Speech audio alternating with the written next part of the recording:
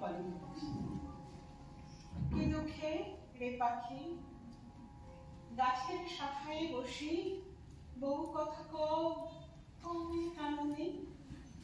মানিনি ভামিনি বুঝি ভামের ঘুমরে পাখারু ঘন্টায় ঢেকেছে বদনে তেই তারে সাধু তুমি মিনতি বচনে তেই তারে কথা বলি কখন কাকুর সাথে বড়ই কৌতুক পাখি জন্ম নিয়ে মনে নরনারী রঙ্গ সেটি বিভঙ্গিনী করে সত্য যদি তবে শোনো দিতেছি যুগতি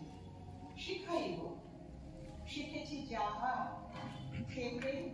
একটু দায়ে ক্ষমপ্রিয়ে পবনের বেগে যাও যথায় যুবতী ক্ষমপ্রিয়ে এই বলি পরবিয়া পায় প্রভু প্রভু প্রভু দাস শুনো পূর্ণমতি প্রেম রাজ্যে রাজা সন থাকে এই উপায়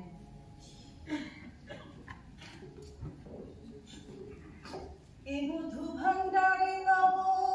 বিবিধ রতন কত যে হরিব সময় মন স্বল্প পরিসরে তাই যতটুকু পাই শ্রোতাগণ মাঝে তাহা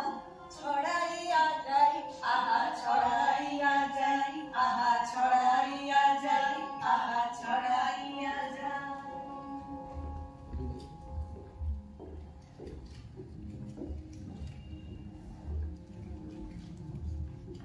পৃথিবীর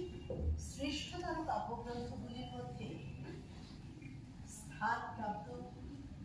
মাইকেল মধুসূদনের মেঘনাদ পথ কাব্য। মাইকেল মধুসূদন দত্তের এটা সেরা সৃষ্টি। এখানে কিন্তু ব্যতিক্রমী তিনি চিরাচরিত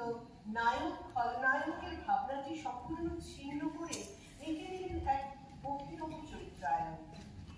ইন্দ্রজিৎ বধ এই যুদ্ধে ন্যায় নয়, এ যে এক চরম বিশ্বাসঘাতকতা, অন্যায়, সেই আখ্যান সর্বজন বর্ণিত। এখন একই কণ্ঠে দুটি চরিত্র, লক্ষণ এবং ইন্দ্রজিৎ। কুশাসনে ইন্দ্রজিৎ ও জ্যেষ্ঠ দেবে নির্ভীতে কৌশিক বস্ত্র